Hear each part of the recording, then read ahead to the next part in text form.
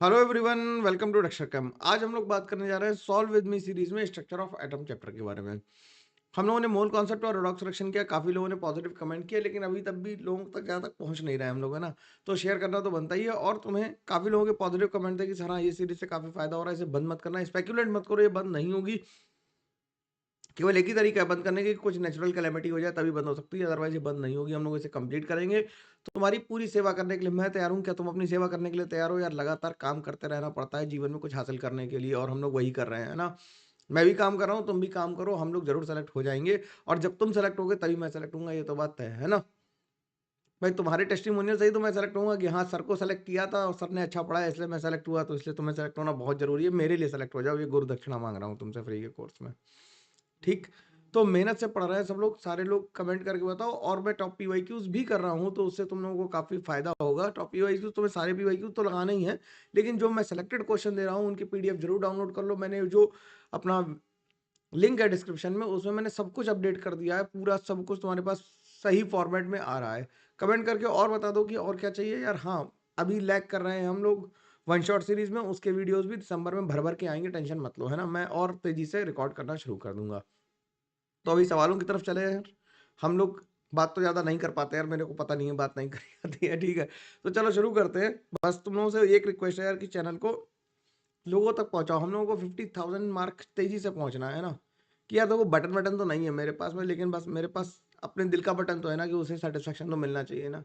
कि लोग कहते हैं सर इतने कम सब्सक्राइबर है आपके, आप क्यों ही मेहनत कर रहे हो। लोग मेरे से ऐसा कर रहे हैं, तुम कमेंट करके बताओ कि क्या मुझे बंद कर देना चाहिए पढ़ाना क्या यूट्यूब पे। मैं भी पहले की तरह किसी बड़ी कोचिंग का, किसी कहीं सेंटर का हेड बन जाऊं, या किसी जोन का हेड बन जाऊं, वहां चला जाऊं, या तुम्हें फ्री में पढ़ाता रहूं। तो यार मेरे को ये बताना पड़ेगा, तो मैं कम से कम इतना सपोर्ट तो मेरा को चाहिए ही चाहिए, है ना। तुमसे रिक्वायरमेंट है यार इसकी मेरे को, है ना।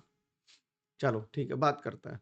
कह रहा है bourse atomic model can explain. Bourse atomic model क्या एक्सप्लेन कर सकता है? Spectrum of hydrogen atom only. Hydrogen atom का तो कर सकता है, साथ साथ हाइड्रोजन एटम के साथ साथ किसे कर सकता है? हीलियम प्लस को भी कर सकता है। Li2+, जिसमें भी सिंगल इलेक्ट्रॉन है उसे एक्सप्लेन कर सकता है। बोलो, जिसमें भी 2 इलेक्ट्रॉन है, 1 इलेक्ट्रॉन है, उसे एक्सप्लेन कर सकता है। अगर उसे एक्सप्लेन कर सकता है तो पहला स्टेटमेंट तो गलत हो जाएगा और दूसरा सही हो जाएगा, कि स्पेक्ट्रम ऑफ एन एटम और ion containing 1 electron only. Spectrum of hydrogen molecule को तो नहीं कर पाएगा, क्योंकि इसमें 2 इलेक्ट्रॉन है। सोलर स्पेक्ट्रम को एक्सप्लेन करने की कोई जरूरत इसे है नहीं, वो पहले से ही एक्सप्लेन है, ठीक है। तो आंसर हो गया बी। अगले पे चलते हैं। इसमें थोड़े से क्वेश्चन थ्योरेटिकल भी होंगे, कैलकुलेशन वाले भी होंगे, दोनों ही तरह के क्वेश्चन होंगे, तो हम लोग आराम से नहीं देखेंगे। ठीक। Orbital angular momentum of an electron in 2s orbital. अब ऑर्बिटल एंगुलर मोमेंटम का फॉर्मूला क्या होता है यार, पहले लिख लेते हैं। Orbital angular momentum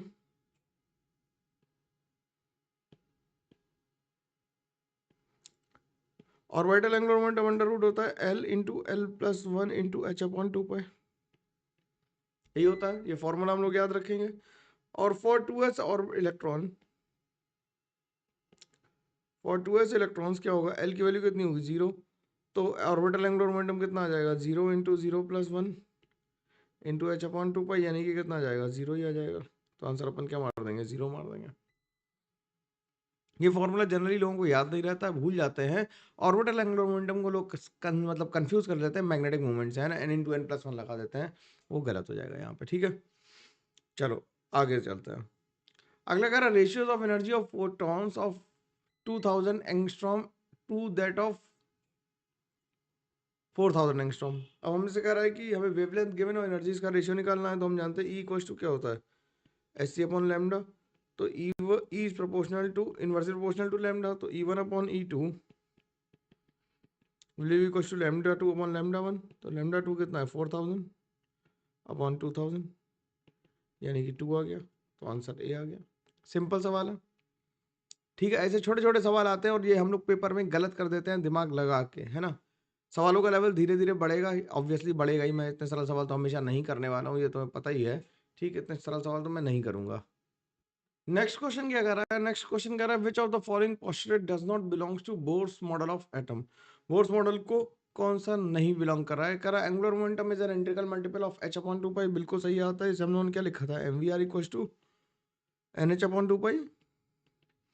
electron station in an orbit is stable, बिल्कुल सही होने स्टेशनरी ऑर्बिट कह रहे थे। The path of the electron is circular, सही है, तभी 2 πr लिख रहे थे। The change in the energy levels of electron is continuous, नहीं था, वो कैसा था, डिस्क्रीट था। ये कैसा था, डिस्क्रीट था भाई। E1 E2 की एनर्जी अलग अलग आ रही थी ना, E1 की -13.6 आ रही थी, E2 की अलग एनर्जी आ रही थी ना, -3.4 इलेक्ट्रॉन वोल्ट। तो डिस्क्रीट एनर्जी वैल्यूज आ रही थी। तो आंसर कौन सा गलत हो जाएगा, आंसर हमारा जो गलत है वही सही लिखना है हमें, यानी कि आंसर आ गया डी। ठीक है, इजी सवाल है, कोई दिक्कत नहीं, आसानी से लग जाना चाहिए। अगला कह रहा है the wave number of the first line of lithium 2+ ion is 136800 centimetre inverse. The wave number of the first line of the बामर series of hydrogen atom is, अब हमें हाइड्रोजन एटम की निकालनी है और हमें किसकी दे रखी है, लिथियम प्लस आयन की, लिथियम 2+ आयन की हमें गिवन है।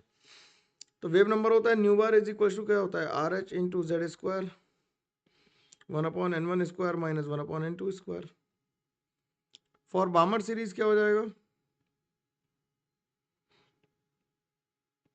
फॉर बामर सीरीज क्या हो जाएगा, n2 की वैल्यू कितनी हो जाएगी 3 फर्स्ट लाइन के लिए, और n1 की वैल्यू हो जाएगी 2 फॉर फर्स्ट लाइन। लिख सकते हैं, ठीक है यार। मतलब मेरी कोशिश है कि तुम सेलेक्ट हो जाओ, तुम्हारी कोशिश है कि तुम सेलेक्ट हो जाओ, तो हम दोनों की कोशिश है, अगर सिंक कर जाएगी, रेजोनेट कर जाएगी, तो हम सेलेक्ट हो जाएंगे, है ना। तो मेहनत से सवाल लगाते रहो। अब ये क्या कह रहा है कि 13600 सॉरी 800 है, और आर एच की वैल्यू आर एच रखते हैं, लिथियम का हो गया Z3, इसका होल स्क्वायर, ये हो गया 1/2 स्क्वायर माइनस 1/3 स्क्वायर। और हमसे वेव नंबर पूछा गया है किसका, आर एच इंटू हाइड्रोजन के लिए, ये 1 हो गया, ये हो गया 1 स्क्वायर माइनस 1/3 स्क्वायर। दोनों को उठा के डिवाइड कर दो यार, दोनों को उठा के डिवाइड कर दो, तो क्या हो जाएगा, आर एच से आर एच कैंसिल हो जाएगा, इस नंबर से नंबर कैंसिल हो जाएगा। तो 136,800 divided by nu bar is equal to 9/1। तो न्यू बार की वैल्यू आ गई 136,800 डिवाइडेड बाई 9। तो 9 एकम 9, 9 45, 9 दूनी 18, 15,200 आ गई, 15,200 आंसर में। तो आंसर अपना बी हो गया। सिंपल है, ये फॉर्मूला तुम्हें याद होना चाहिए एकदम बिल्कुल। इसके सवाल कई बार डायरेक्टली पूछे जाते हैं। देखो सेम सवाल तो नहीं आएगा ऑब्वियसली पेपर में, है ना, लेकिन मिलते जुलते कॉन्सेप्ट से ही आएगा, ये भी बात तय है। मतलब ये क्लेम कर देना कि इसी से आएगा, बिल्कुल नहीं, इसी से नहीं आएगा, इसके जैसा आएगा, है ना, इसके जैसा आएगा, यही नहीं आएगा, जैसा आएगा। क्या कह रहा है, if the uncertainty in the position of an electron is zero, the uncertainty in its momentum will be. तो हम जानते हैं from uncertainty principle, from uncertainty principle हम क्या कह सकते हैं, हम कह सकते हैं delta x into delta P is greater than h/4 पाई। अगर कह रहा है कि uncertain in the position of electron is zero, तो मोमेंटम में कितनी हो जाएगी,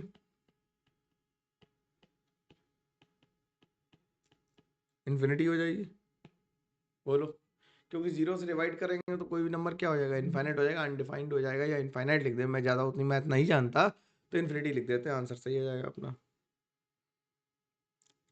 अब क्या कर रहा था, principal quantum number represent, principal quantum number क्या बताती है, शेप ऑफ ऑर्बिटल नहीं बताती। शेप ऑफ ऑर्बिटल हमें बताता है कौन, azimuthal quantum number. Number of electrons in N orbital, number of electrons orbital में तो हमेशा 2 ही होते हैं, उससे क्वांटम नंबर से कोई लेना देना नहीं है। Distance of an electron from the nucleus, बिल्कुल सही बात है। अगर तुम्हें याद आ रहा हो तो आर प्रोपोर्शनल लिख लो n² के, तो बता देगा बिल्कुल। ओरिएंटेशन ऑफ ऑर्बिटल ये बताता है मैग्नेटिक क्वांटम नंबर।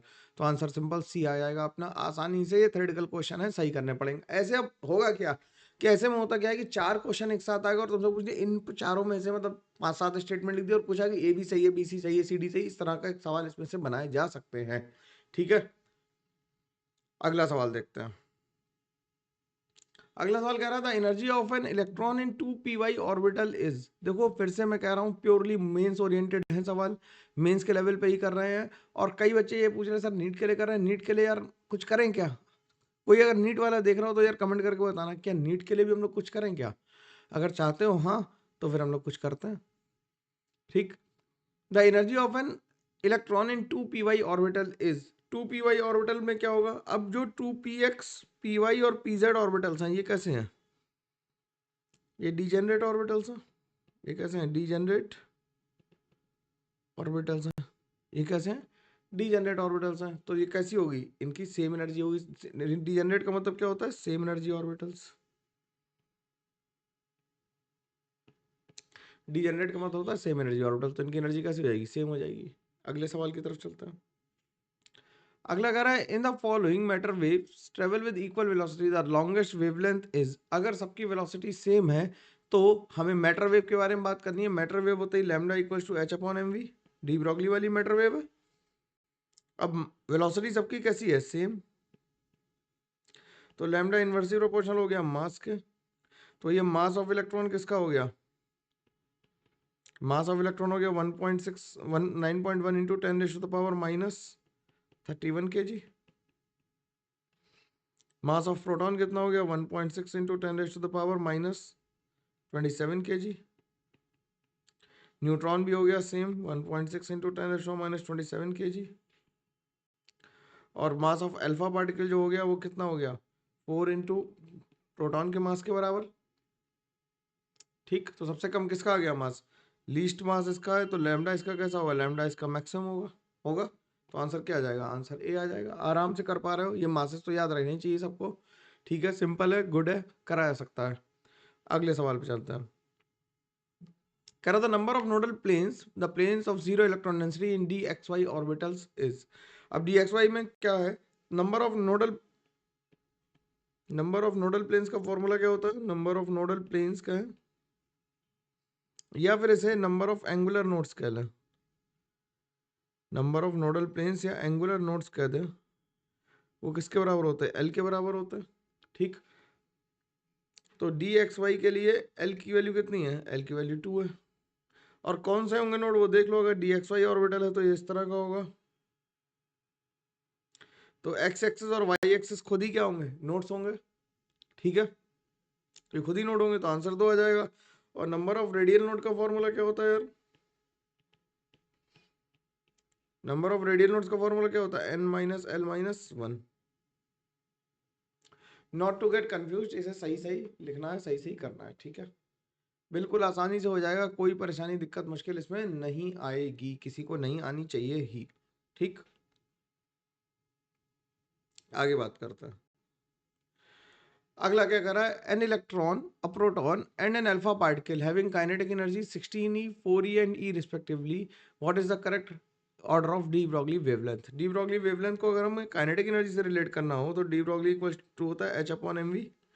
और जब इसे काइनेटिक एनर्जी के फॉर्म में लिखते हैं तो क्या लिख देते हैं, h upon under root of 2m के ही। बोलो,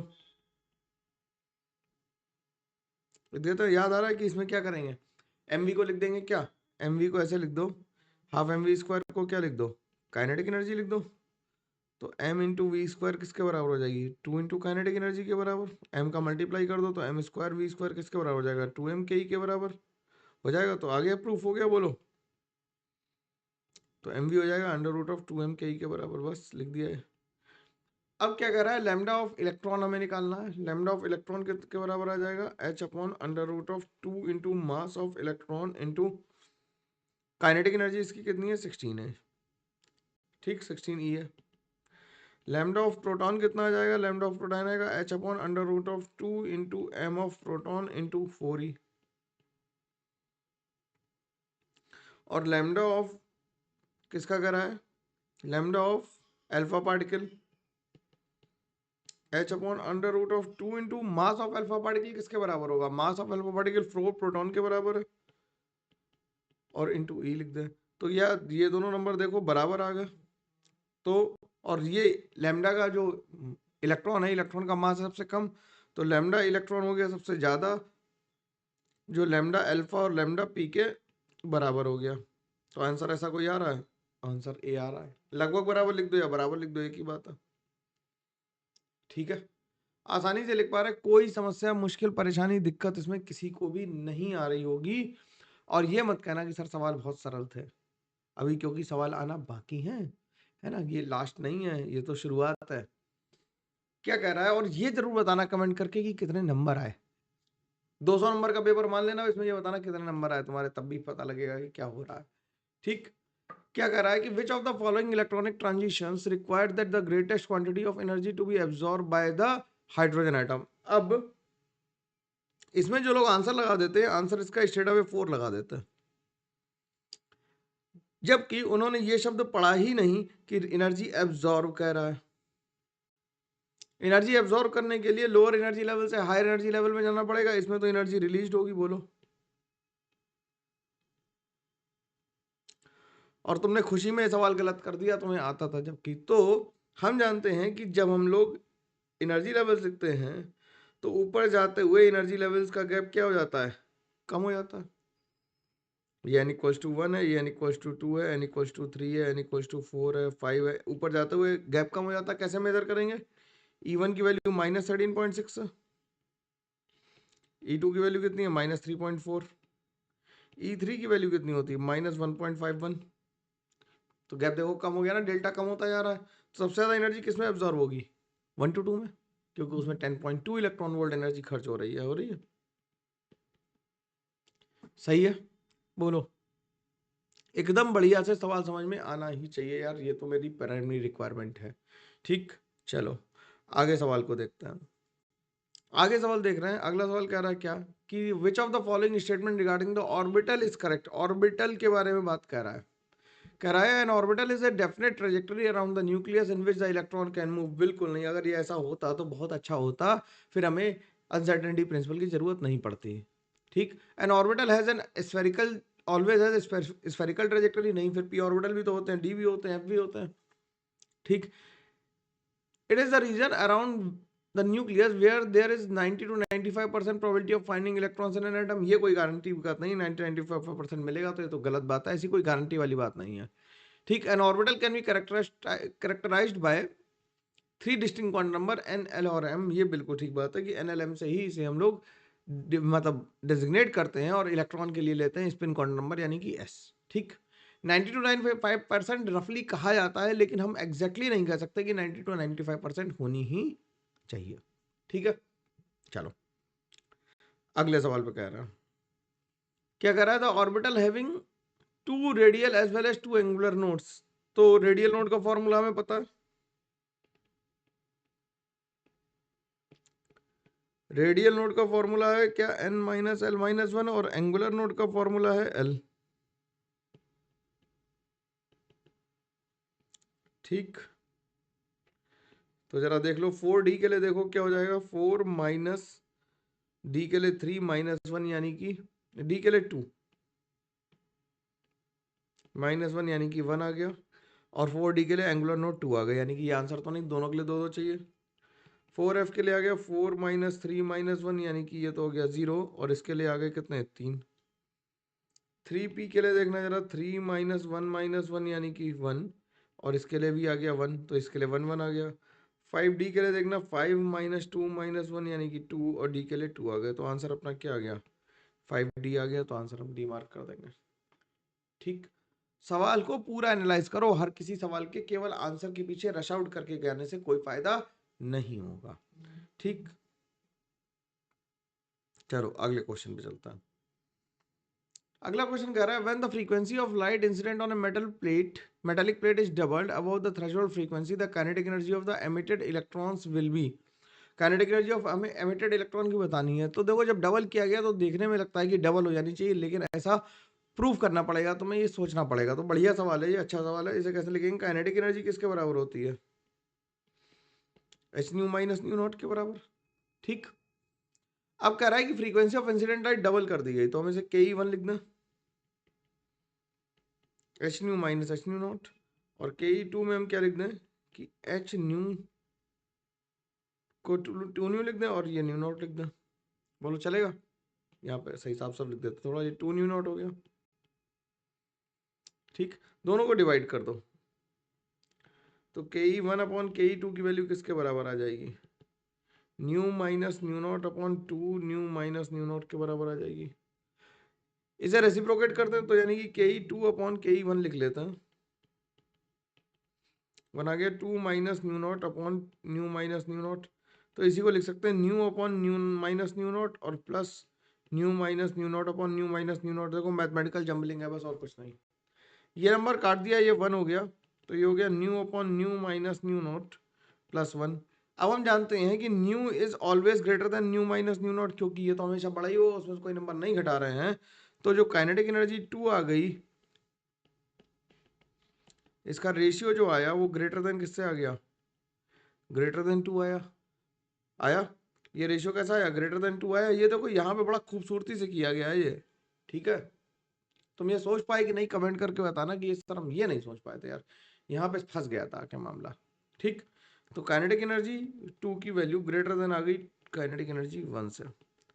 तो 2 से थोड़ी सी ज्यादा ही, इक्वल टू नहीं आई तो increased but more than the previous value, double से ज्यादा थोड़ी सी बढ़ गई। अगला कह रहा है the radius of hydrogen atom in ground state is 0.53 angstrom, the radius of the first orbit of lithium 2 plus ion will be. तो हम जानते हैं रेडियस किसके प्रोपोर्शनल होती है, r n is equal to होता है 0.53 into n square by z. फिर तो आर ऑफ लिथियम निकालने अगर हम लिथियम 2 प्लस के लिए जो हमें फर्स्ट ऑर्बिट कह रहा है, तो एन की वैल्यू 1 हो गई और जेड की वैल्यू 3 हो गई। तो 0.53 इंटू 3 का होल स्क्वायर, सॉरी 1 का होल स्क्वायर डिवाइडेड बाई 3, तो ये 0.17 के लगभग आ गई। 17 से 51 होता है, ठीक है। अगले सवाल पे चलते हैं। कह रहा था amount of energy required to remove an electron from lithium 2 plus ion in its ground state is how many times the amount of energy required to remove an electron from the ground state of hydrogen atom. ठीक, देखो भाई हमें पता है E1 की value किसके बराबर है, -13.6 इलेक्ट्रॉन वोल्ट हमें एनर्जी चाहिए, ये हाइड्रोजन एटम के लिए चाहिए। और En जो होती है वो -13.6 into Z square by n square होती। अब कह रहा है लिथियम के लिए एन की वैल्यू कितनी है, 3, किसके लिए, लिथियम के लिए। तो En की वैल्यू आ जाएगी -13.6 इंटू, ये हो जाएगा जेड की वैल्यू हो जाएगी, एन की वैल्यू कह रहा हूँ, जेड की वैल्यू 3 है, क्या लिख दे रहा हूँ, जेड की वैल्यू 3 है, तो ये आ जाएगा 9 का स्क्वायर, तो ये 9 E1 के बराबर हो जाएगी। और यही हमें लिखना था, ज़्यादा सॉल्व नहीं करना था। एन की वैल्यू नहीं यार, वो जेड की वैल्यू होगी, थोड़ा सा आई बेक का पार्डन है ना, ठीक। क्लियरिटी से बात समझ में आनी चाहिए। क्लियर हो गए, 17 सवाल हम लोगों ने लगा लिए सुरक्षित आराम से। अगला सवाल क्या कह रहा है, अगला सवाल कह रहा है, ये भी एक बेहतरीन सवाल है, कितने लोगों ने इसका सही आंसर निकाला ये कमेंट करके जरूर बताना, मेरे को बहुत जान के खुशी मिलेगी कि तुमने इसे सही लगा पाया या नहीं लगा पाया, ठीक है ना। क्या कह रहा है, in an atom 2 electrons move around the nucleus in circular orbit of r and 4r. The ratio of the time taken by them to complete one revolution is। तो t की वैल्यू कितनी होती है, टाइम इज इक्वल टू होता है, time को हम अगर लिखें तो इसे हम डिस्टेंस अपॉन वेलोसिटी लिख सकते हैं, बोलो, जो बचपन से लिखते आ रहे हैं हम लोग, बचपन में याद करते थे चाल बराबर दूरी बटे समय, है ना। तो दूरी हो गई 2πr और वेलोसिटी हो गई v। अब हमें पता है r प्रोपोर्शनल है n स्क्वायर बाई जेड के, और z v प्रोपोर्शनल है किसके, z बाई n के। तो जो टाइम पीरियड t आ जाएगा वो प्रोपोर्शनल आ जाएगा किसके, इसे लिखते हैं n square by z into Z by n, तो ये आ जाएगा टाइम पीरियड प्रोपोर्शनल आ जाएगा n cube by z square के, ठीक। तो अगर हम z को हटा दें तो टाइम पीरियड प्रोपोर्शनल आ गया एन क्यूब के, तो टी स्क्वायर प्रोपोर्शनल हो गया किसके, एन की पावर 6 के, ठीक। और हमें रेडियस से रिलेट करना है, और r प्रोपोर्शनल है एन स्क्वायर के, तो हम ये लिख सकते हैं क्या कि t प्रोपोर्शनल हो जाएगा r की पावर 3 के। टाइम पीरियड और रेडियस में रिलेशन निकालना था, देखो जरा ध्यान से, बड़ी खूबसूरती से निकाला गया है, क्योंकि r जो है वो n स्क्वायर के प्रोपोर्शनल है, तो n की पावर 6 को n स्क्वायर r की पावर 3 लिख सकते हैं। अब हम ऐसे लिख दें कि t1 अपॉन t2 की power is equal to r1 upon r2 का होल क्यूब। तो r1 है r और ये है 4r का होल क्यूब, तो जाएगा 1/64।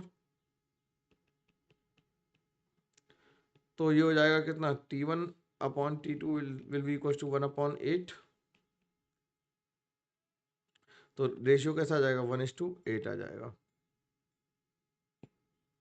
बढ़िया सवाल था ना, कितने लोगों को सही लगा और कितने लोगों ने ये गैस कर पाया कि यहाँ से इस स्टेप को इस तरह से प्रोसीड करना है।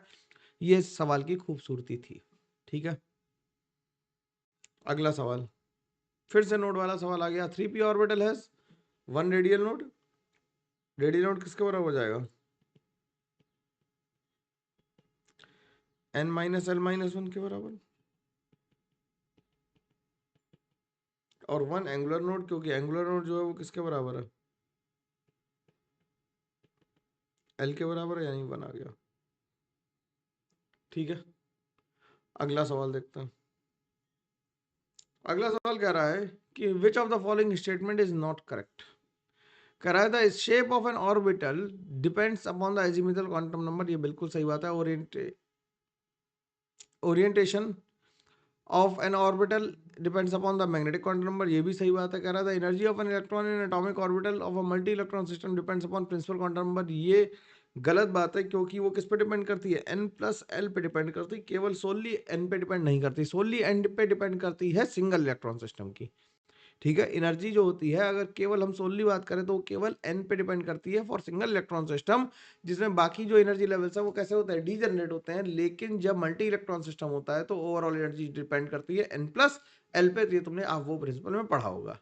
ठीक है, अगला क्या कर रहा है? The number of degenerate orbitals in one type depends upon the value of azimuthal quantum number. बिल्कुल सही बात है, ये इसी पे डिपेंड करती है और सही तरीके से लिखा हुआ है। तो नॉट करेक्ट वाली बात समझ में आ गई यहाँ तक किसी को कोई प्रॉब्लम नहीं है। अगले क्वेश्चन पे चलें। अगले क्वेश्चन पे चल रहे हैं तो लेवल थोड़ा सा बढ़ता हुआ दिखाई देगा। 20 क्वेश्चन के बाद हर शीट में ऐसे ही होगा। 20 के बाद क्वेश्चन तो नंबर लेवल बढ़ता हुआ दिखाई देगा। कह रहा था first emission line of Balmer series in hydrogen spectrum has a wave number equals to। तो फॉर बामर सीरीज क्या होगा?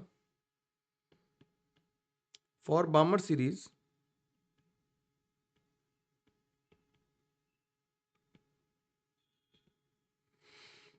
फर्स्ट लाइन क्या होगा? n इक्वल्स टू 3 to 2 होगी। और हमें क्या निकालना है? हमें निकालना है वेव नंबर। तो वेव नंबर किसके बराबर हो जाएगा? Are H into Z square 1/n1 square minus 1/n2 square. R H ऐसे ही रहने देते हैं। हाइड्रोजन के लिए जेड की वैल्यू हो जाएगी 1 और ये हो जाएगा 1/2 स्क्वायर माइनस 1/3 स्क्वायर। तो ये हो गया आर एच इंटू, नीचे आ गया 36, ऊपर आ गया 9 माइनस 4, तो 5 RH/36। ऐसा कोई आंसर गिवन है क्या? 5 RH/36 डी ऑप्शन गिवन है, तो डी पे मार्क कर दिया। आगे बढ़ सकते हैं, बोलो। आसानी से लगा सकते हैं सवाल को, इसमें कोई दिक्कत किसी को भी नहीं आनी चाहिए, है ना। अगला सवाल क्या कह रहा है? अगला सवाल कह रहा था potential energy of an electron present in the ground state of lithium 2+ ion is represented by. A potential energy का फॉर्मूला हम लोग जानते हैं, फिजिक्स पढ़ी हुई है। पोटेंशियल एनर्जी का फॉर्मूला होता है -1/4πε0 Q1 Q2/R। ठीक, फॉर लिथियम 2+ आयन Q1 की वैल्यू किसके बराबर हो जाएगी? 3e के बराबर हो जाएगी। और Q2 की वैल्यू किसके बराबर हो जाएगी? इलेक्ट्रॉन तो e के बराबर। ये क्या है? ये न्यूक्लियर चार्ज है। तो हो गया -1/4πε0 3 स्क्वायर/R। तो ये क्या हो गया? आंसर आ गया डी। सही है, आंसर आ गया डी। कोई दिक्कत नहीं, इसमें आसानी से आ पा रहा है, कोई परेशानी की बात नहीं है। अगला क्या कह रहा है? If n and l are the principal and azimuthal quantum numbers respectively, then the expression for calculating maximum number of electron in any orbit is। तो नम फॉर गिवन n, अगर हम बात करें गिवन n के लिए, नंबर ऑफ ऑर्बिटल्स कितने होते हैं? होते हैं 2l+1 के बराबर। नंबर ऑफ ऑर्बिटल्स किसके बराबर होता है? 2l+1 के बराबर। तो number for given n, number of electrons will be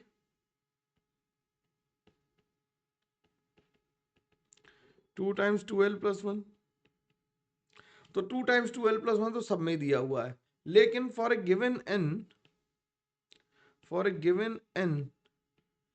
l can take values from, कहां से कहां तक ले सकता है?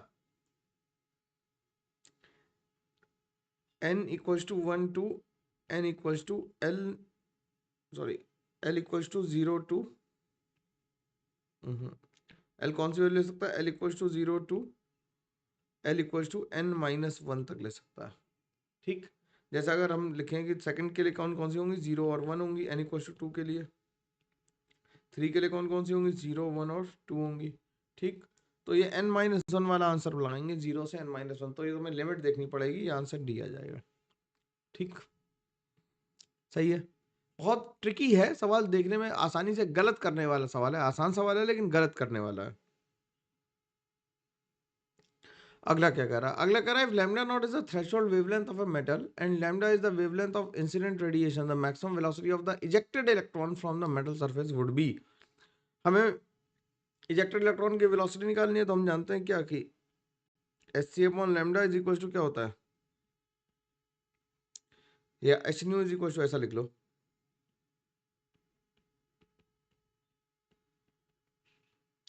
Plus half m v square, तो जाएगा h c upon lambda is equal to h c upon lambda not plus half m v square.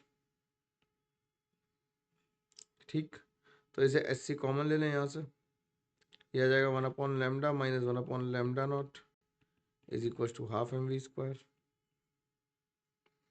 तो 2hc अपॉन एम एक तरफ कर दें, ये हो जाएगा lambda not minus lambda upon lambda lambda not is equal to velocity. तो velocity किसके बराबर आ जाएगी, under root of 2hc by m lambda not minus lambda divided by lambda lambda not. तो ऐसा आंसर कौन सा आ गया? ऐसा आंसर हमारे पास ए आ गया। बोलो आ गया ये? ठीक है, आसानी से आ पा रहा, कोई इसमें दिक्कत की बात तो नहीं है बिल्कुल भी। ठीक, अगला सवाल देखो, कह रहा है, if the kinetic energy of a proton is increased by 9 times, the wavelength of de Broglie wavelength associated would be, तो क्या हो गया, लैम्डा इज इनवर्सली प्रोपोर्शनल होता है काइनेटिक एनर्जी के अंडर रूट के, क्योंकि हम फॉर्मूला जानते हैं, एच अपॉन क्या होता है, अंडर रूट ऑफ 2m के। देखो तो फॉर्मूला याद ही होना चाहिए और कोई तरीका नहीं है, याद ही होना चाहिए फॉर्मूला, तभी फायदा और तभी तुम सवाल आसानी से लगा पाओगे। तो lambda 1 upon lambda 2 is equal to हो जाएगा अंडर रूट ऑफ के ई 1 अपॉन के ई 2। ठीक, तो ये किसके बराबर हो गया, 9 टाइम्स हो गई, तो 9e अपॉन ई हो गई, तो आंसर कितना आ गया, 3 टाइम्स। तो क्या कर रहा है कि the wavelength of the de Broglie associated would be, कितनी हो जाएगी, lambda 2 is equal to 1/3 lambda 1 हो जाएगी, तो 1/3 टाइम्स हो गई। ठीक, अगला क्या कह रहा है? अगला सवाल कह रहा है कि an electron is continuously accelerating in vacuum tube by applying a potential difference. ठीक है, it if it's de Broglie wavelength is decreased by 1%, then the change in kinetic energy of the electron is nearly. हमें change in kinetic energy nearly बताना है। अभी हम लोगों ने लिखा कि लैम्डा 2 अपॉन लैम्डा 1 किसके बराबर है, अंडर रूट ऑफ के ई 2 अपॉन के ई 1 के बराबर है। तो जो लैम्डा 2 किया गया 1% से डिक्रीज कर दिया गया, यानी कि 0.99 लैम्डा बचा।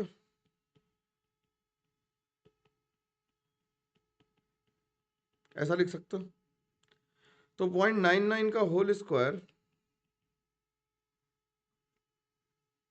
इज इक्वल्स टू हो गया के ई 2 अपॉन के ई 1।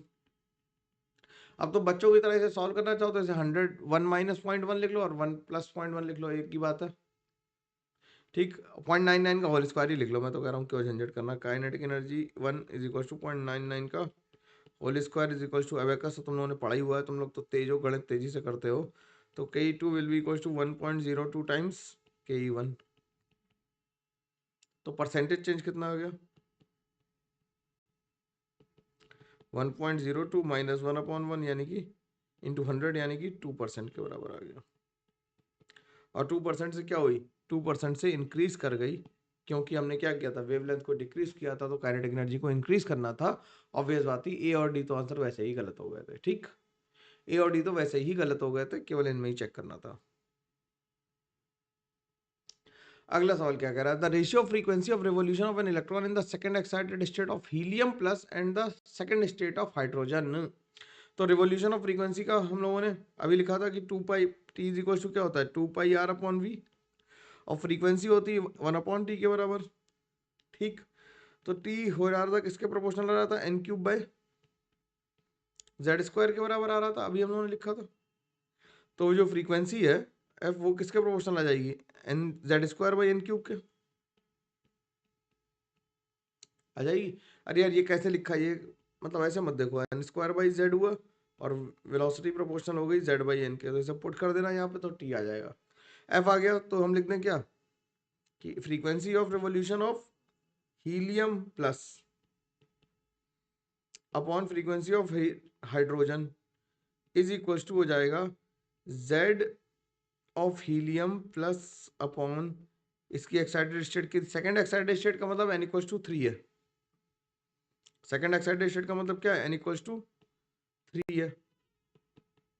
अपॉन हाइड्रोजन के लिए कितना हो जाएगा, हाइड्रोजन के लिए हो जाएगा सेकंड स्टेट करा तो जेड की वैल्यू हो गई 1, और हाइड्रोजन के लिए सेकंड स्टेट करा तो इसकी वैल्यू हो गई 2, तो ये हो गया 2 का होल स्क्वायर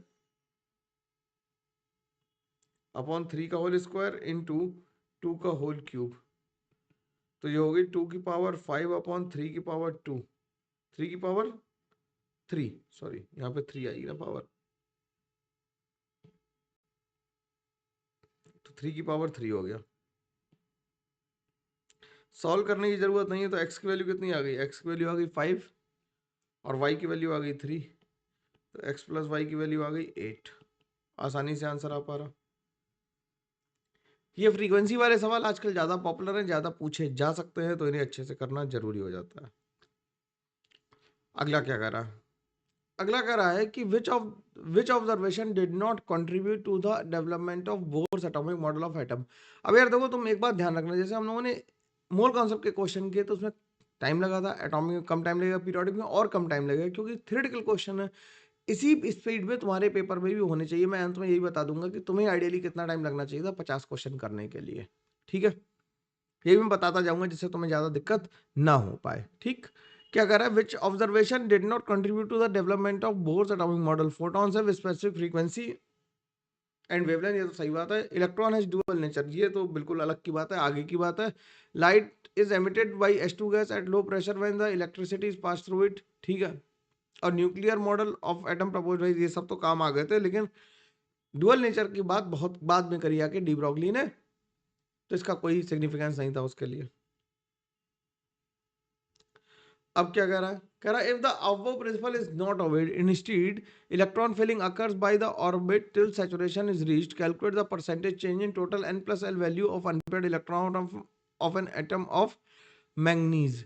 ठीक, मैंगनीज का एटॉमिक नंबर है 25, और अनपेयर्ड इलेक्ट्रॉन अगर हम लिखें तो इसके AR यहां तक तो फुलफिल है और 3d5 है ये। तो D5 के लिए जो अनपेयर्ड इलेक्ट्रॉन्स थे वो ये थे, तो इनके लिए n प्लस l वैल्यू कितनी थी, ऑल D5 इलेक्ट्रॉन्स 5 इलेक्ट्रॉन थे, और कितनी थी 3 प्लस 2 यानी कि 25 थी। ठीक, 25 थी। अब क्या कह रहा है कि अब हमने पहले ऑफ वो प्रिंसिपल को नहीं माना, यानी एस में इलेक्ट्रॉन नहीं भेजने, तो तब तक इलेक्ट्रॉन को फिल करना है जब तक वो पूरा सैचुरेट ना हो जाए। तो चलते हैं, if the Aufbau principle is not obeyed,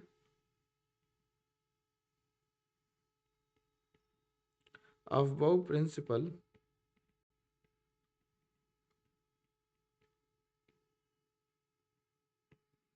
is not obeyed, then क्या होगा, 25 Mn का इलेक्ट्रॉनिक कॉन्फ़िगरेशन कैसे लिखेंगे, 1s2 2s2 2p6, ये तो सब ऐसे ही चलता रहेगा, 3s2 3p6, यानी यहाँ तक तो AR ही हो गया ये। अब इसका 3d8 लिख देंगे, क्योंकि हमें 4s की जरूरत नहीं होगी। जब 3d8 लिखोगे तो इलेक्ट्रॉन्स को कैसे फिल करोगे जरा देखना। 3d8 में तो इस तरह से इलेक्ट्रॉन फिल होंगे, तो अनपेयर्ड इलेक्ट्रॉन्स कितने हो गए, अनपेयर्ड इलेक्ट्रॉन कितने हो गए, Mn में 3d7 होगा, सॉरी 3d7 होगा, तो अनपेयर्ड इलेक्ट्रॉन कितने हो गए, नंबर ऑफ अनपेयर्ड इलेक्ट्रॉन हो गए 3। अनपेयर्ड इलेक्ट्रॉन हो गए 3, नंबर ऑफ अनपेयर्ड इलेक्ट्रॉन 3 हुए, तो इनकी total n plus L value कितनी हो जाएगी, n प्लस एल वैल्यू कितनी हो जाएगी इनकी 3 इंटू 3 प्लस 2 यानी 15। तो चेंज कितना आ गया, परसेंटेज चेंज कितना आया, 25 पहले थी, 15 अब बची, डिवाइडेड बाई 25 यानी कि 10/25 इंटू 100 यानी 40% बदल गई।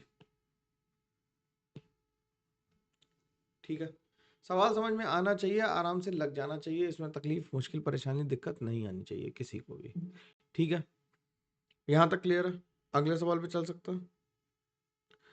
अगला सवाल क्या कह रहा है, अगला सवाल कह रहा है suppose that an hypothetical atom gives 4 transitions in the spectrum which jumps according to the figure giving of the second line from the red end। अब जब second line of the red and कहते हैं तो हमारे दिमाग में पहली चीज जो हिट करती है वो बामर सीरीज करती है, लेकिन ध्यान रखना कि बामर सीरीज में नहीं हम लोग लेंगे क्योंकि ये कोई भी रैंडम एटम है, इसमें हाइड्रोजन एटम की बात नहीं की जा रही, कोई हाइपोथेटिकल है। ठीक है, तो ऑर्डर ऑफ अगर एनर्जी लिखें, ऑर्डर ऑफ एनर्जी लिखें तो सबसे ज्यादा किसकी है, 4 से 1 की, फिर 3 से 1 की,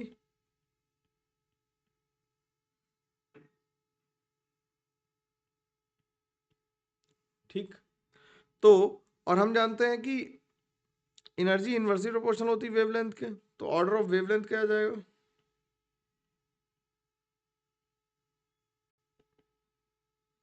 ऑर्डर ऑफ वेवलेंथ क्या आ जाएगा, 4 से 1 सबसे कम आ जाएगा, बोलो।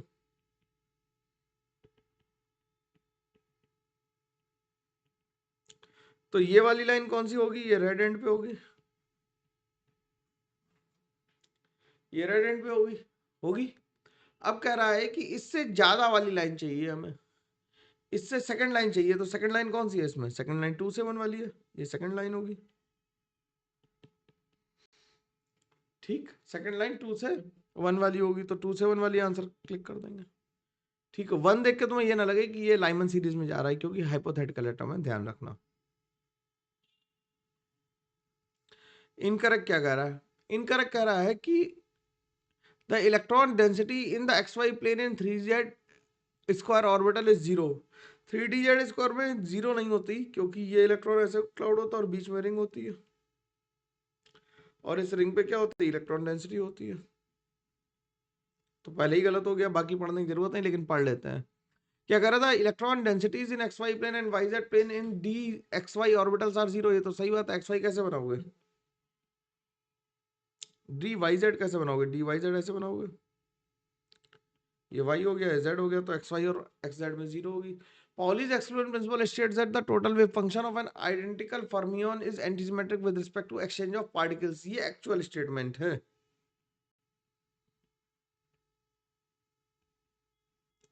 ये एक्चुअल स्टेटमेंट है। जो तुम कहते हो चारों क्वांटम नंबर सेम नहीं होती, पॉलीज एक्सक्लूजन प्रिंसिपल, वो नहीं है, ये एंटीसिमेट्रिक प्रिंसिपल कहते हैं इसे।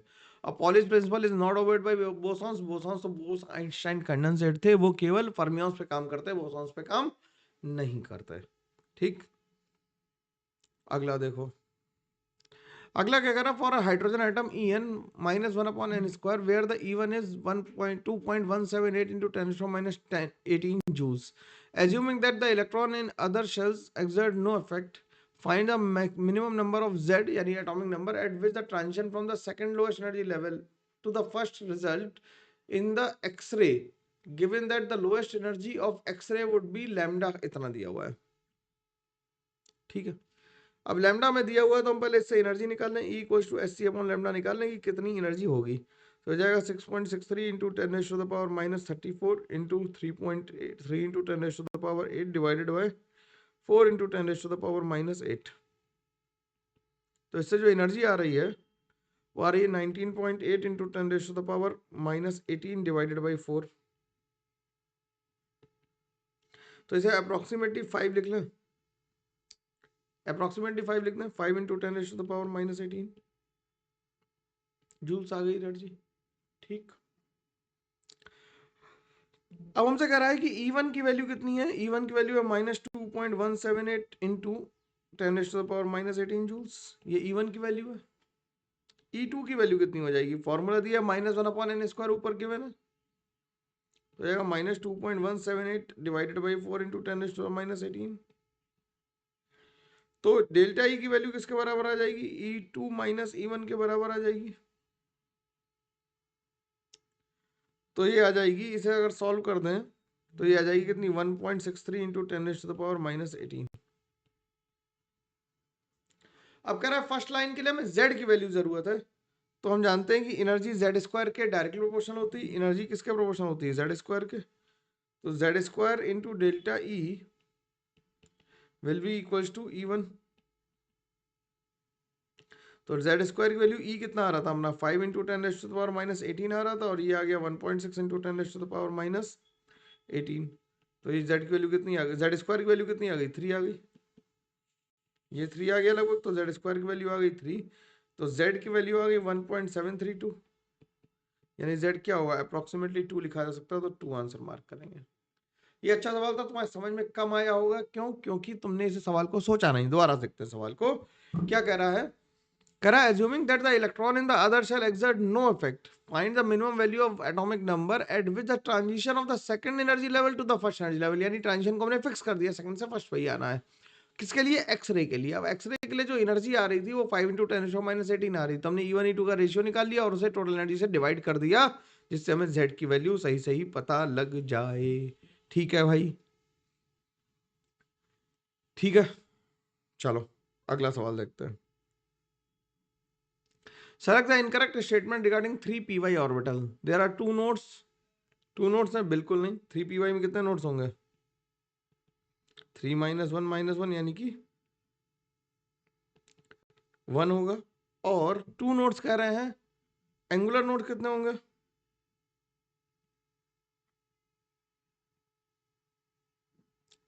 एंगुलर नोट भी तो होंगे 1। तो टोटल नोट कितने होंगे? 2 होंगे। तो ये तो सही बात है, हमें इनकरेक्ट बताना है। कर the number of maximum in the curve of 4 pi r square r square versus r with 3। अगर हम रेडियल प्रोबेबिलिटी का ग्राफ बनाएं तो इसमें एक नोड है, तो ये मैक्सिमम एक बार नोड आएगा, और मैक्सिमम कितने आ जाएंगे? मैक्सिमम 2 आएंगे। 2 मैक्सिमम आएंगे। जितने नोड होते हैं उससे एक ज्यादा मैक्सिमम आता है रेडियल प्रोबेबिलिटी कर्व में। तो ये तो गलत हो गया। कह रहा था quantum number NLM for orbital में भी 3 + 1 एंड -1 रिस्पेक्टिवली हो सकते हैं। मैग्नेटिक क्वांटम नंबर में है पॉजिटिव वैल्यू बिल्कुल हो सकती है, मैग्नेटिक पॉजिटिव भी हो सकती है और नेगेटिव भी हो सकती है। ठीक, अगला सवाल देखो। अगला सवाल क्या कह रहा है? अगला सवाल कह रहा है if the energy of hydrogen atom in the ground state is -E, electron की जो ग्राउंड स्टेट में एनर्जी है वो -E है। The velocity of photo electron emitted when the photon having energy EP strikes the stationary lithium ion in the ground state is given by. ठीक, तो for lithium 2+, the work function कितना आ जाएगा? E की value आ जाएगी -Z² into E, मतलब Z² आ जाएगी, तो ये आ जाएगा 9E के बराबर। तो ये हो जाएगा EP से टकराया, ये 9E है प्लस हाफ mv²। तो वेलोसिटी की जो वैल्यू आ जाएगी वो आ जाएगी 2 times EP - 9E divided by m का अंडर रूट, यही आ जाएगी। ऐसा ऑप्शन ढूंढ लो बस। ऐसा ऑप्शन C में आ रहा है। खत्म हो गया सवाल। अब असर्शन रीजन पे पहुंच गया। असर्शन रीजन में क्या करा? Bohr's orbits are called stationary orbit. ये तो बात कैसी है? सही है। Electrons do not move in orbits, ये गलत बात है, तो आंसर सी हो गया। ठीक, पहला सही दूसरा गलत। अगला क्या कह रहा है? अगला कह रहा है if an electron is located within the range of 0.1 angstrom then the uncertainty in the velocity is 6 × 10⁻⁻6 metre पर सेकंड। ये देख लो भाई, तो delta P into delta x किसके बराबर है? h/4 के बराबर। अब देखो, हमेशा स्टेटमेंट वाला सवाल न्यूमेरिकल ना हो ये जरूरी नहीं है, उसका एग्जांपल है। ग्रेटर देन और इक्वल टू हम केवल इक्वल टू ले लें, तो m into delta V into delta x की वैल्यू किसके बराबर आ जाएगी? h/4 के बराबर। तो डेल्टा V की वैल्यू आ गई कितनी? 6.63 into 10⁻⁻34 divided by 4 into 3.14 into mass value 9.1 into 10 raised to the power minus 31 into x value 0.1 into 10 raised to the power minus 10। ठीक, इसे सॉल्व कर दोगे तो इससे आ जाएगा 5.77 into 10 raise to the power 6 metre पर सेकंड, जिसे हम लगभग लगभग 6 इंटू 6 पावर 6 मीटर पर सेकंड लिख सकते हैं। तो ये बात सही हो गई। कह रहा था trajectory of the above can be defined, trajectory हम लोग कभी डिफाइन नहीं कर सकते, तो ये बात गलत हो गई। तो आंसर क्या आ गया? सी आ गया फिर से। ठीक है, आंसर क्या आ गया? सी आ गया फिर से। अगला सवाल देखो।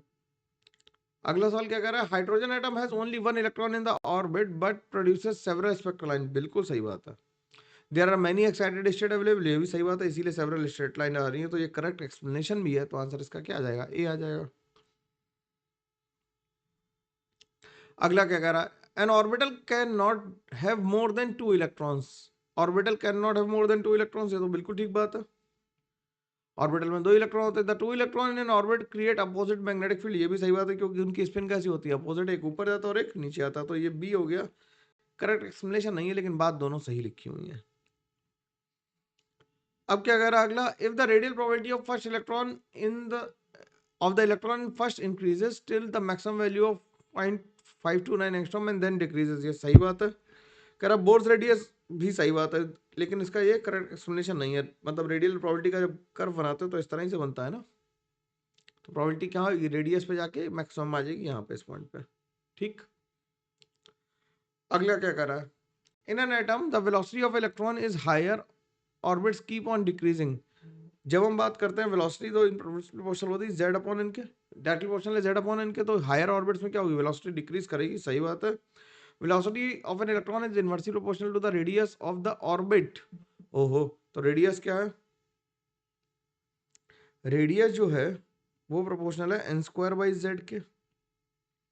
तो वेलोसिटी इनवर्सली प्रोपोर्शनल हो जाएगी रेडियस के। ये बात सही है, ये करेक्ट एक्सप्लेनेशन भी है। ठीक, इसका क्वेश्चन का नंबर भी करेक्ट कर देता है। इसका नंबर 40 है। ठीक है, यहां तक बात क्लियर हो गई। आगे बात करते हैं। हम लोग सब्जेक्टिव क्वेश्चन से पहुंच गए। कह रहा है Schrodinger wave equation for hydrogen atom. इस क्वेश्चन को देख के बहुत लोगों को डर लगता है, तो हमसे कह रहा है आर नॉट की वैल्यू बतानी है जहां पे नोड आ जाए। तो नोड के बारे में हम जानते हैं कि node is the place. Node क्या होता है? Node is the place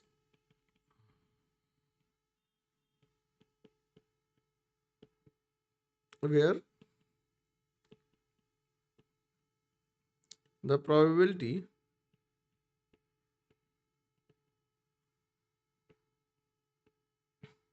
of finding an electron is zero.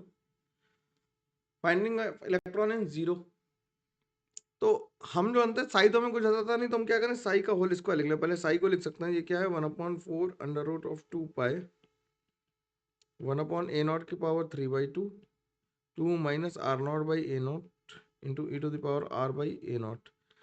अब हमें निकालना साई स्क्वायर 2s निकाल लो। तो ये हो जाएगा क्या? 1/4 अंडर रूट 2 पाई का होल स्क्वायर, और ये हो जाएगा 1 ए नॉट की पावर 3, ये हो जाएगा 2 minus r naught by a naught का whole square e to the power minus r square by a naught. ठीक, अब हमसे कह रहा है r naught in terms of a naught निकालना है, तो यहाँ पे आर नॉट ही कर देते हैं। ठीक, अब ये नंबर कभी जीरो हो नहीं सकता, ये नंबर जीरो हो नहीं सकता, ये जीरो इन्फिनिटी पे होगा। तो केवल कौन सा जीरो हो सकता है? 2 minus r naught upon a naught का whole square can be equal to zero. अब किसी भी नंबर का होल स्क्वायर जीरो है तो वो खुद ही जीरो होगा, तभी वो जीरो हो सकता है। तो आर नॉट की वैल्यू 2 ए नॉट आ गई। तो आंसर क्या लिख देंगे? आंसर लिख देंगे 2 ए नॉट। बोलो, सही है, आसानी से आ जाएगा। कोई इसमें समस्या, मुश्किल, परेशानी किसी को भी नहीं आनी चाहिए। अगला क्या कह रहा है? अगला क्वेश्चन कह रहा है what is the ratio of velocity when the wavelength associated with an electron is equal to the wavelength of proton. तो हमसे कह रहा है कि लैम्डा इलेक्ट्रॉन का बराबर हो जाए किसके? लैम्डा ऑफ प्रोटॉन के। तो लैम्डा ऑफ इलेक्ट्रॉन हो जाएगा h upon mass of electron into velocity of electron is equal to h upon mass of proton into velocity of proton. ये कैंसिल हो गए। तो velocity of electron upon velocity of proton will be equal to mass of proton upon mass of electron. ये 1.67 into 10⁻⁻24 दिया हुआ, और ये दिया हुआ 9 इंटू 10⁻⁻28। दोनों को डिवाइड कर दो, ये 1.85 इंटू 10⁻³ आ जाएगा। आसान सवाल, कोई दिक्कत नहीं, आसानी से लग जाएगा। ठीक, अगला सवाल क्या कह रहा है? अगला सवाल कह रहा है कि the line at 434 nanometer in Balmer series of hydrogen atom spectrum correspond to a transition of an electron from the nth Bohr orbit. What is the value of n? तो कह रहा है कि जो वेव लेंथ है nanometre में दी हुई, तो 1/434 इंटू 10⁻⁻⁹ ये हो जाएगा RH into Z square 1/2 bore बामर series में आ रही है तो n स्क्वायर कर देता, तो ये हो गया 10⁻⁹ इज इक्वल टू हो गया 1.097 इंटू 10⁻⁷।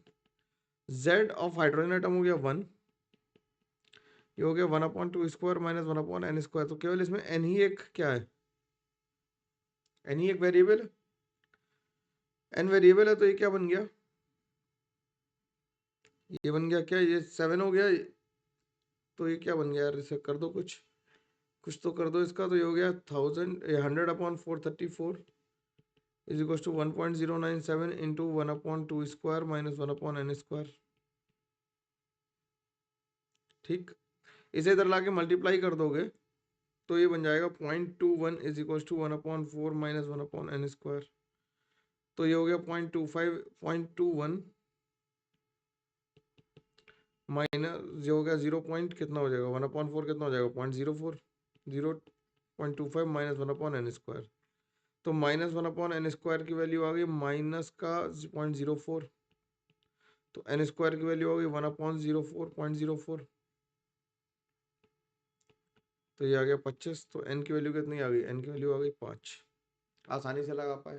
कैलकुलेशन ऐसा देखने में लग रहा था बहुत ज़्यादा है, लेकिन बहुत ज़्यादा है नहीं, आसानी से लगाया जा सकता है सवाल को। ठीक है, फॉर्मूला सिंपल है, ज़्यादा मुश्किल है नहीं। मुश्किल वाले चैप्टर आएंगे तो हम लोग और डिटेल में बात करेंगे, लेकिन अभी तो ये सिंपल है। There are two particles A and B are in motion. If the wavelength associated with A is this, calculate the wavelength associated with B if its momentum is half of A. तो P का अगर momentum A है तो B का कितना है, P/2 है, तो लैम्डा A की वैल्यू किसके बराबर हो जाएगी, H/m या PA लिख देते हैं, और ये लैम्डा B की वैल्यू हो जाएगी किसके बराबर, H/PB के बराबर हो जाएगी। ठीक, तो lambda A upon lambda B की वैल्यू किसके बराबर हो जाएगी, PB/PA के बराबर।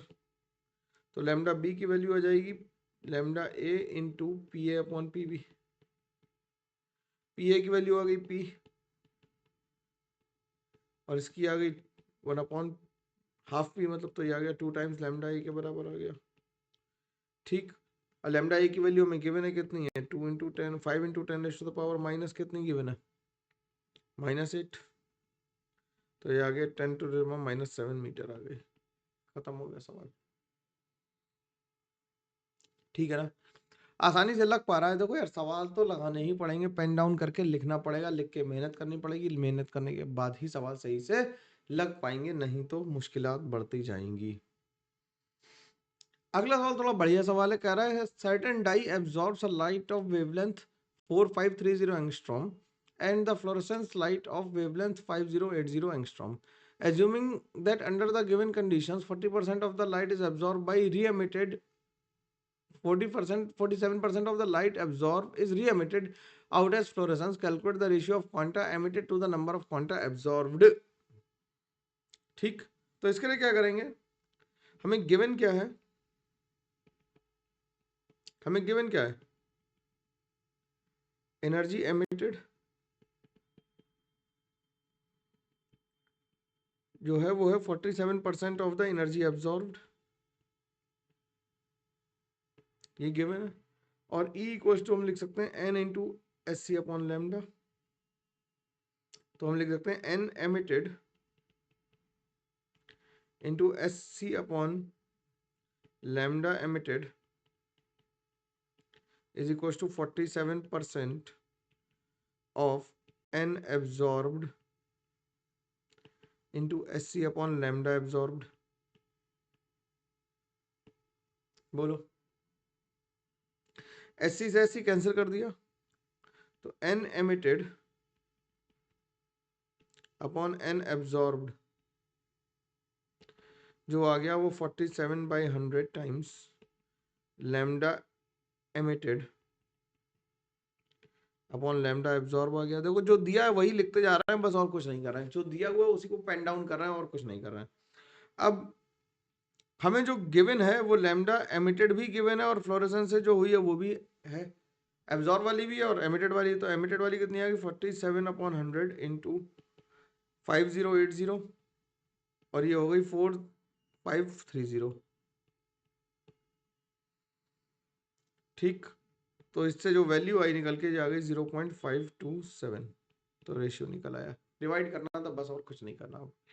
कैलकुलेटर अलाउ करके हटा दिया ना, तुम्हें दुख हुआ था? कमेंट करके बताना कि दुख हुआ कि नहीं हुआ। सर कैलकुलेटर अलाउ किया फिर हटा दिया, धोखा दिया एनटीए ने। और एनटीए धोखा देता ही है, उसका मेन फीचर यही है कि सवाल गलत बनाता है, कैलकुलेटर हटाता है और बकवास करता रहता है जितनी भी हो सकती है पॉसिबल, है ना। कह रहा है the ionisation potential of hydrogen is 13.6 electron volt. It is exposed to a electromagnetic wave of 1028 angstrom and gives out induced radiation. Find out the wavelength of induced radiation. तो हमें लैम्डा गिवन है कितना 1028 angstrom में given है और electron volt में given है। तो लैम्डा इक्वल्स टू क्या लगा सकते हैं 12,000, sorry energy is equals to 12,400 upon lambda in angstrom लिख सकते हैं। तो ये हो गया 12,400 डिवाइडेड बाई 1028। तो इससे आ गई 12.06 इलेक्ट्रॉन वोल्ट। ठीक, तो E2 माइनस E1 की वैल्यू जो आ गई वो क्या आ गई? E2 माइनस E1 क्या होगा फॉर हाइड्रोजन एटम? अगर लिख दें फॉर हाइड्रोजन एटम, अगर हम लिख दें वो होगी -13.6 डिवाइडेड बाई 4 प्लस का 13.6 यानी कि 10.2 इलेक्ट्रॉन वोल्ट। और E3 माइनस E1 कितनी होगी? ये हो जाएगी -1.51 प्लस 13.6 यानी कि 12.09। तो हमें ये पता लग गया कि कहाँ गया, n=3 में गया, ये इसके पास की एनर्जी है। ठीक ठीक,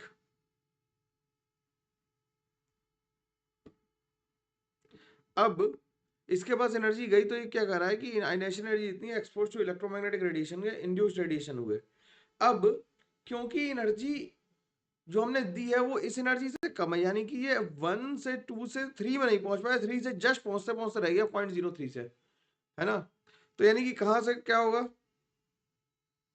तो जो ट्रांजिशन पॉसिबल है वो कौन सा होगा? So only transition possible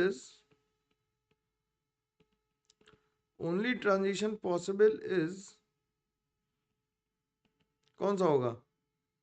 E2 से E1 वाला, E1 से E2 वाला। तो ये हो जाएगा कितना, इसके लिए एनर्जी एक 10.2 इलेक्ट्रॉन वोल्ट। तो इसके लिए लैम्डा जो आ जाएगा वो आ जाएगा 12,400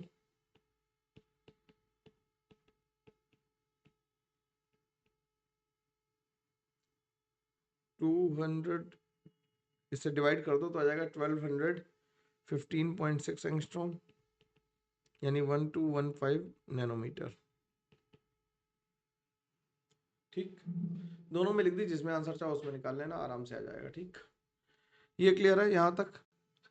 मतलब जो एनर्जी आ रही थी, जो हमें वेवलेंथ हमने डाली तो उससे एनर्जी इतनी आ रही है, और 3 से 2 में जाने के लिए एनर्जी और ज्यादा चाहिए। तो कोई भी जो ट्रांजिशन हुआ होगा, अगर हुआ होगा, क्वांटाइजेशन को 1 मिनट के लिए भूल भी जाए, तो जो ट्रांजिशन हुआ होगा वो केवल कौन सा होगा, 2 से 1 में या 1 से 2 में हुआ होगा। ठीक है, अगला देखते हैं क्या कर रहा है। The wavelength of high energy transition of hydrogen atom is this, calculate the corresponding wavelength of helium plus.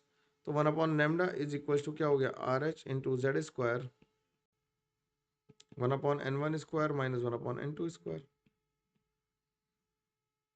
तो लैम्डा की वैल्यू कितनी है 0.2 is equal to hydrogen atom के लिए RH की वैल्यू RH होगी, Z1 हो गया, ये हो गया 1 upon n1 square minus 1 upon n2 square. और हीलियम के लिए निकालनी है तो ये 1/λ हो गया, ये हो गया RH इंटू हीलियम के लिए जेड की वैल्यू हो गई 2 का स्क्वायर, ये हो गया 1/n1 square minus 1/n2 square. दोनों को डिवाइड कर दो, ये कैंसिल हो गया, ये कैंसिल हो गया, ये कैंसिल हो गया, तो λ/91.2 इज इक्वल टू बचा 1/2 1/4 सॉरी। तो लैम्डा की वैल्यू होगी 91.2/4 यानी 22.8 नैनोमीटर। ठीक, सीधे सीधे सवाल है, ज्यादा मुश्किल है नहीं, आराम से कर जाएंगे। कह रहा था find out the number of waves made by Bohr electron in one complete revolution of third orbit. तो नंबर ऑफ वेव्स किसके बराबर होती है? नंबर ऑफ वेव्स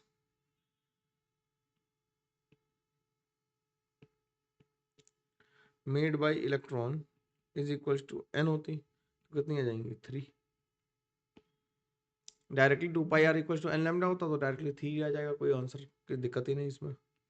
अगला सवाल क्या कह रहा है? अगला सवाल कह रहा था photoelectric emission requires a threshold frequency nu naught for a central metal λ1 2200 angstrom है और λ2 इतना, produce an electron with an maximum kinetic energy ke1 and ke2 if ke2 is equal to ke1 तो हमें new not की value निकालनी है। Simple है, तो H nu 1 is equal to हो जाएगा H nu not plus ke1 और H nu 2 is equal to हो जाएगा H nu not minus plus ke2। ठीक, तो हम ऐसे लिख दें क्या,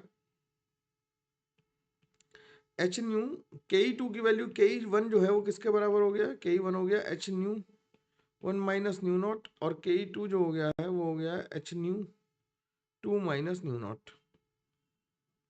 ठीक, तो हम यहाँ पे इसे एच न्यू 1 एच न्यू 2 को लिख देते हैं H nu not plus H nu 2 minus H nu not लिख सकते हैं और इंटू 2 लिख सकते हैं, क्योंकि ke2 is equal to 2 times ke1 है, तो यहाँ पे ऐसा लिख दो ke1 लिख दो यहाँ पे,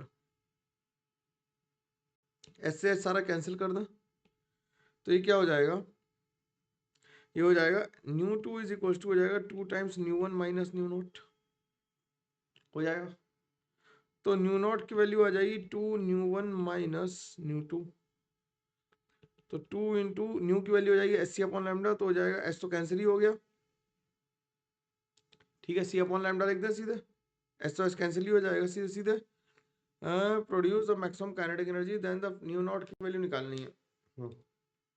तो सी अपॉन लैम्डा लिखना, सी की वैल्यू हो गई 3 इंटू 10⁻⁸ अपॉन लैम्डा की वैल्यू हो गई 2200 इंटू 10⁻⁻10 और ये हो गया न्यू 1 हो गया 3 इंटू 10⁻8 डिवाइडेड बाय 1900 इंटू 10⁻⁻10। तो ऊपर हो गया 6 इंटू 10⁻18 डिवाइडेड बाई 2200 माइनस, इसे ऐसा कर दो, इसे 3 इंटू 10⁻18 8 अपॉन 18 बाहर ले लेते हैं और ये आ जाएगा कितना 6 अपॉन 2200 माइनस 1 अपॉन 1900। ठीक, इसे कैंसिल कर दें तो ये 1100 बचेगा और ये बचेगा 3, है ना। तो हो गया 3 इंटू 10⁻18 आ गया और ये 100 और कॉमन ले लो बाहर, तो ये हो गया 3 अपॉन 11 माइनस 1 अपॉन 19। तो इसे जब सॉल्व कर दोगे पूरा तो ये आ जाएगा 0.1148 इंटू 10⁻16 यानी कि 1.4148 इंटू 10⁻15 सेकेंड इनवर्स। कैलकुलेशन वाला सवाल है, ज़्यादा मुश्किल नहीं है, आराम से लगाया जा सकता है। मैं बार बार यही कह रहा हूँ क्योंकि यार सवाल आराम से लगाया जा सकता है ना। ठीक, अगला सवाल और हम लास्ट क्वेश्चन पे पहुंच गए हैं। लास्ट क्वेश्चन क्या कह रहा है, कह रहा है find out the velocity of electron in the first orbit of hydrogen atom. Hydrogen atom के लिए वेलोसिटी कितनी होती है, वेलोसिटी का फॉर्मूला में याद है 2.19 into 10⁻6 into Z by N meter पर सेकंड। तो फर्स्ट ऑर्बिट के लिए कितनी हो जाएगी 2.19 इंटू 10⁻6, ठीक, मीटर पर सेकंड सीधे सीधे आ जाएगी क्योंकि जेड की वैल्यू 1 है और एन की वैल्यू भी 1 है। De Broglie wavelength of the first orbit of hydrogen atom, तो lambda is equal to h upon m v है 6.63 इंटू 10⁻34 डिवाइडेड बाई मास हो गया 9.1 इंटू 10⁻⁻31 और वेलोसिटी हो गई 2.19 इंटू 10⁻6। तो इससे जो एंगस्ट्रॉम निकल आएगा वो आ जाएगा 3.32 एंगस्ट्रॉम। ठीक। और कह रहा था orbital angular momentum of 2p electron, तो ऑर्बिटल फॉर 2p इलेक्ट्रॉन क्या हो जाएगा, एल की वैल्यू कितनी हो जाएगी, 1 हो जाएगी। तो ऑर्बिटल एंगुलर मोमेंटम कितना हो जाएगा,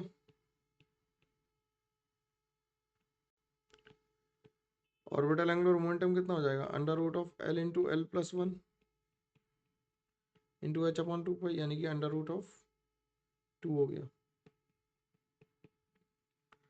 तो ये खत्म हो गया भाई सारे सवाल।